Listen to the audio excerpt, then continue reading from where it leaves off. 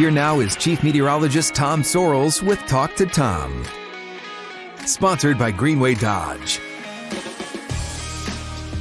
Daytona Beach isn't just the world's most famous beach for people. It turns out the sharks also like it. O-Search recently pinged a 10-foot, 450-pound plus shark near the coast of Daytona Beach. And Crystal likely won't be the only shark traveling along our coast. Thanks for joining us on Talk to Tom. I'm Chief Meteorologist Tom Sorrells. We're going to talk to the folks at O-Search about shark migration. How many sharks are just off of our coast? They're tracking great white sharks. They think they have 92 of them that they're watching out there in the ocean right now. We're going to talk to O-Search about all of that, where the sharks go, why they're doing the migration, when it happens, all that exciting stuff. But first, on Talk to Tom, I answer your questions. Remember, you can always submit a question at clickorlando.com/talk to Tom, and maybe we'll get you on. If not, maybe we'll just get your question on. We'll do whatever we can make happen. Joining us today with our first question live is our friend Audrey Cullen. Hey, Audrey, how are you? Fine, thanks. And you? I'm doing really, really well on this Thursday. Hey, Good. ask your question, Audrey. I'm glad you're on with me. What's going on?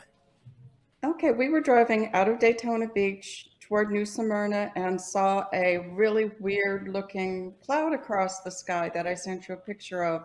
It's kind of like a stripe, Oh, I see. almost like someone threw it just there to the side of that light pole away from the trucks. Yeah, I see that. What kind of cloud is that? What kind of cloud is that? You know what that looks like to me? That looks to me like maybe that's a contrail that's warmed up. I don't know what day was this? What were the weather conditions like? I see fair weather cumulus clouds out there. It was a beautiful day. Beautiful day. But Okay. it didn't look like the contrail where they usually fade out. They do fade out sometimes. Sometimes they'll heat up and spread out. That doesn't look like a roll cloud to me. You don't have thunderstorms ongoing. But that looks to me like maybe a contrail, maybe a jet came through there at a different level and has warmed up and spread out a bit, is my best guess. I didn't see it happen or develop. It could also be the leading edge of just a cirrus cloud off in the distance. But based on what I'm seeing on your shot there, that's my best guess. My best guess. Yeah, I think so. Talk to me a little bit about what made you submit that question. Do you watch Talk to Tom? Or did we find you All the somehow? time. That girl. So I know from what it says here, you live in New Smyrna Beach. Yes. Have you ever seen a great white shark, Audrey? No, haven't thank goodness. I haven't either. Coming up in the second half of this show, we're going to talk to O-Search about the great white sharks. He told me, or at least they told me before, that they don't think they come very close to shore around New Smyrna Beach. We tell people all the time that your backyard there, New Smyrna Beach, is the shark bite capital of the world. Those are not great whites that are biting at people's feet and ankles out there in the water. Those are black tips, sand sharks, small sharks. All right. Hey, Audrey, thank you very much for being on Talk to Time. I appreciate you. Thank you. Next question comes to us from Dave Sharp. Dave says, some of you say percentage of rain, some say percent chance of rain, some say percent of coverage. What's the deal? Okay, Dave. The deal is when we're talking about rain chances, we're talking about the fact that for the most part, when we have climatological setup like we're having tomorrow, or we're having in the forecast period, that most recently, or most based on what we've seen through computer program and models through the past 30, 40, 50 years, that normally we'll get this much coverage from the rain in that zone. So we'll look at our model, figure out how much is covered up, and do a forecast of what your chance of seeing rain is. That's basically a coverage zone or a coverage call. So you'll hear us talk about, say, 30% chance of rain or 30% coverage. And it does break out to mean about the same thing.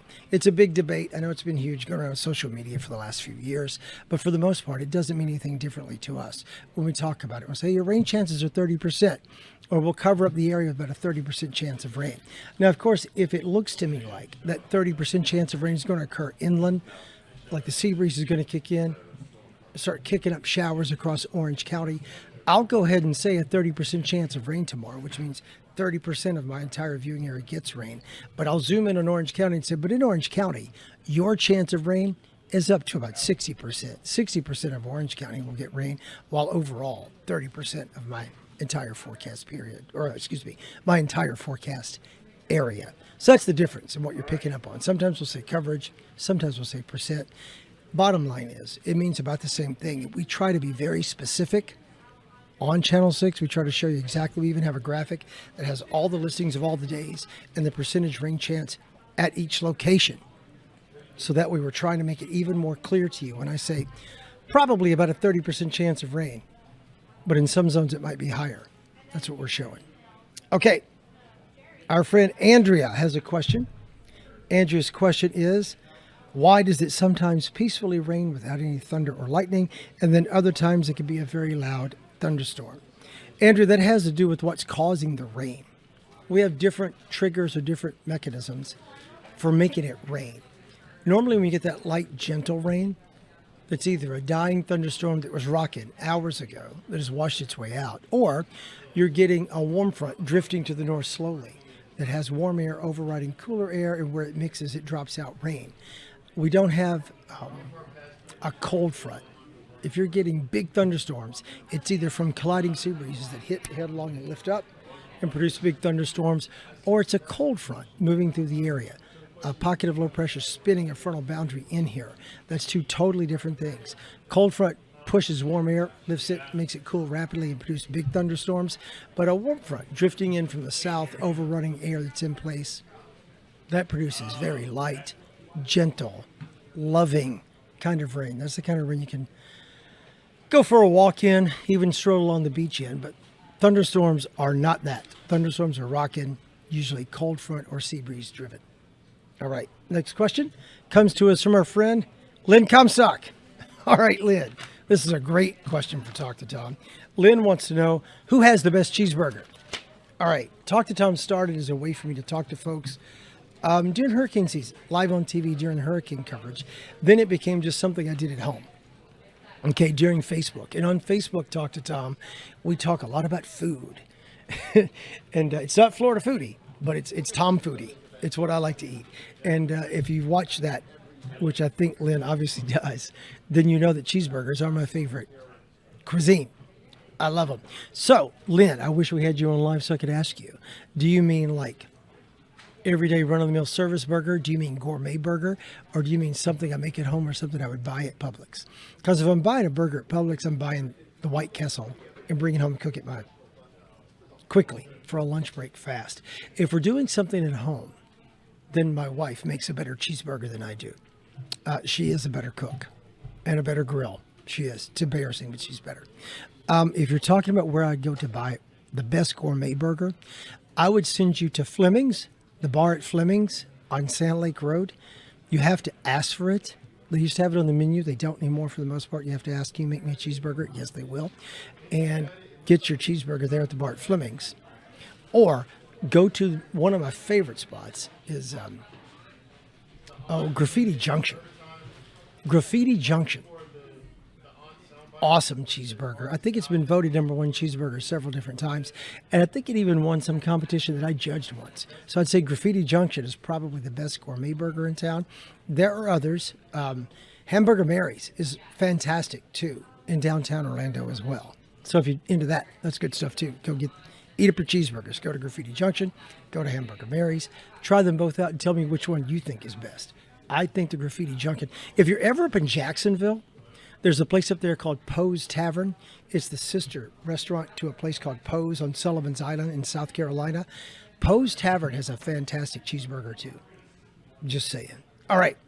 Enough about burgers. I'm making myself hungry. That's going to wrap it up. Thank you always for your questions. If you'd like to get in on the question asking, clickorlando.com. We'd love to know what you want to know. Stick around as we check out sharks swimming along our coast and why more will soon be joining them.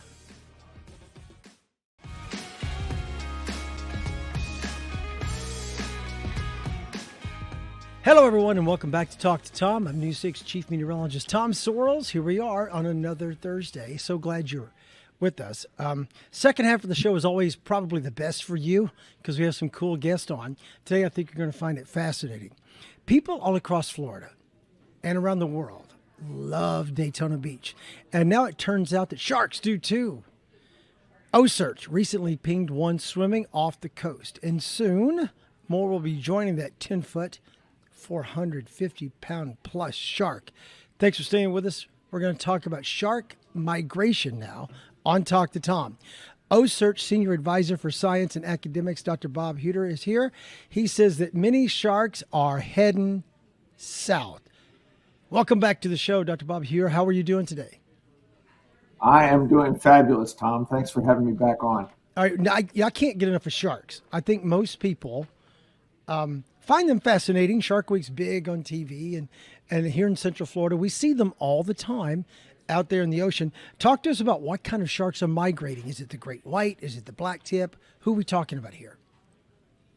Well, it's kind of, Tom, it's kind of like our winter snowbirds. The sharks start heading south in the fall as the temperatures drop up north, and we have probably about a dozen species that are on the move right now. The one that's the most prominent, that's the one that we work on at O-Search, is the white shark, otherwise known as the great white shark. Okay, Dr. Bob, so let's talk about those sharks, and let's talk about how long this migration lasts. You say they tear out of there in the fall, like anyone with good sense would. They leave for the wintertime and come to see us in Florida, and some actually make it into the Gulf of Mexico? That's right, Tom. They spend the summer up in these northern areas where they're feeding on real high energy food like seals and tuna and so on. These are the white sharks we're talking about here. And then they come south. They start making their break south around mid-October. They have a sort of a migratory run that runs all the way through November into early December. And by early December, they're typically off the southeast coast, off the Florida east coast, and then a great number of them actually go all the way around the Keys and into the Gulf of Mexico, the eastern Gulf of Mexico primarily. That's crazy. How far out do they go? Obviously, sharks are worldwide, but these particular migrating sharks, are they going like 400 miles off the shore, right up next to the Cape, or how far out are they going on their migration? Well, it's a great question because it really depends. It depends on the individual shark, but more importantly, it depends on the age and sex of the shark. Oh. Most of these sharks, including the big males, stay pretty close to the coast. Now, I'm not talking about on the beach. I'm talking about they're on the continental shelf, so they could be, anywhere from 1 to 100 miles offshore. It's only in places like up in Cape Cod where they really come up on the beach, and in Nova Scotia where we've found them up in islands up there. When they come to Florida, they're sort of spread out off the beach in the most parts of the year. What other type of stuff or research are you guys doing with them? What are you looking at? You tag them. What do you watch? Yeah, the tagging is the visible part that you see on our website. That's what we're known for, but that's actually one of 20 different projects that we do on each and every shark. Okay. We have these sharks on our platform on our research ship for about 15 minutes. And we have a team of scientists from 30 different universities and other organizations running these 25 different projects. They're not all on the ship at the same time, but we collect samples and data for all these projects. And so we're doing everything from genetics to what these animals are eating, to their blood parameters, their hormone levels, looking at their reproductive cycles. We have an ultrasound machine that we take ultrasound tests of them, exams of them. And we even have a project by a microbiologist who's taking bacterial samples from these sharks. And she's discovered these bacteria produce antibiotics that are effective against some of the pathogens that have become resistant to our normal antibiotics in human medicine, like MRSA. So there's a possibility here. She's working on this project to develop the material that's coming from these bacteria on the white shark. It may lead to a drug for people that will allow us to fight human disease. It's amazing what these animals can do. They've been around as a group. They've been around for about 400 million years. White sharks, that group, around 40 or so million years, and they're just the ultimate survivor. They really, really are. And I don't know if people really understand that. I think people who watch Shark Week or go to your website, learn a lot and know that. But I don't think the layman understands that they're one of the more, I wouldn't say primitive because they're highly evolved, but they're one of the longest living strands of creature on the earth. You just said they've been along for how long? 400 million years? 400 million years. They came well before the dinosaurs, and they outlived the dinosaurs and got through the big extinctions that took out the dinosaurs. People used to call them primitive if you go back 60, 70 years. But once we started really doing research on them and realized how well adapted and sophisticated they are, we call them ancient, but they're certainly not primitive. Not primitive. That's a great point. All right, talk to me. What kind of obstacles do you face when you're trying to study the sharks? And then we'll talk more about how people can find you. What do you guys go through? I mean, you're out there. How do you catch them, first of all? And then the obstacles, you got to tag them, you got to release them, make sure they're healthy. All that. I mean, shark research is very challenging. These are not animals that have to come to the surface, number one, so they're hard to find. These are water-breathing animals. So with OSearch, we have a master team of fishermen who have caught white sharks all over the world. And they just know how to get them and how to size up areas. When we go into a new area, they know where to go. They use a technique, hook and line technique, that ensures that the animals don't swallow the hook, and also that they're not wrapped up, because it's a breakaway rig that the animals take, and then they just kind of swim off, dragging this like a dog would drag a leash, essentially. Right.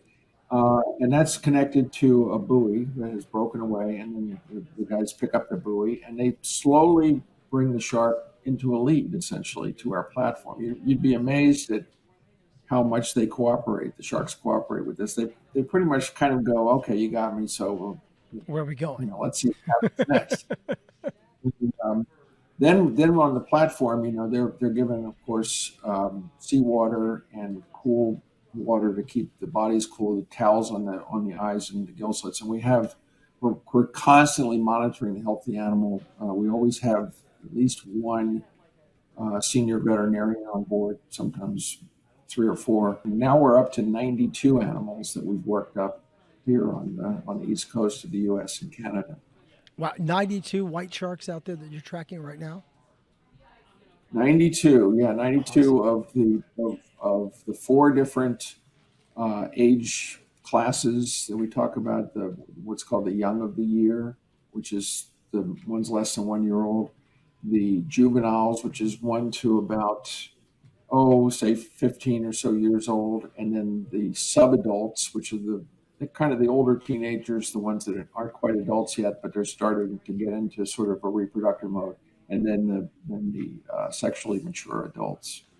Okay, what's elderly? How long do they make it? Well, we think about 70 years or more. That's awesome. So they don't start, at least the current information, which might change with better data, but the current information says that the males mature at about the age of 20, and the females maybe as late as 30. And then females can reproduce. This is another thing that we're not clear on yet. Females, we don't know if they reproduce every year and a half or every 2 years or every 3 years. But by the time a female is 70, she's definitely a grandmother. Wow. Many times over, probably a great-great-grandmother. That's awesome. All right, real quick, we're running out of time, so I want to make sure people can find out more. Where can they find you? Online or on the phone? What are they looking for? Yeah, very simple. Check out our website at OSearch, OCEARCH, like Ocean Research.org, and that's where you can see the tracker, and you can track these animals in real time along with us, the scientists. We believe in open access and providing your data to the public in real time. Thank you, Dr. Bob, for being here on Talk to Tom again. I find it fascinating. I could talk about sharks all day. I don't want to meet them up close and personal like you do, but I do love hearing about them. I really, really do. And thank you at home for being with us on Talk to Tom. If you want to submit a question, just go to clickorlando.com/Talk to Tom. Submit your question. We'd love to know what you want to learn about. And watch us on News 6 Plus. Just download the app for your smart TV and please keep watching. Peace.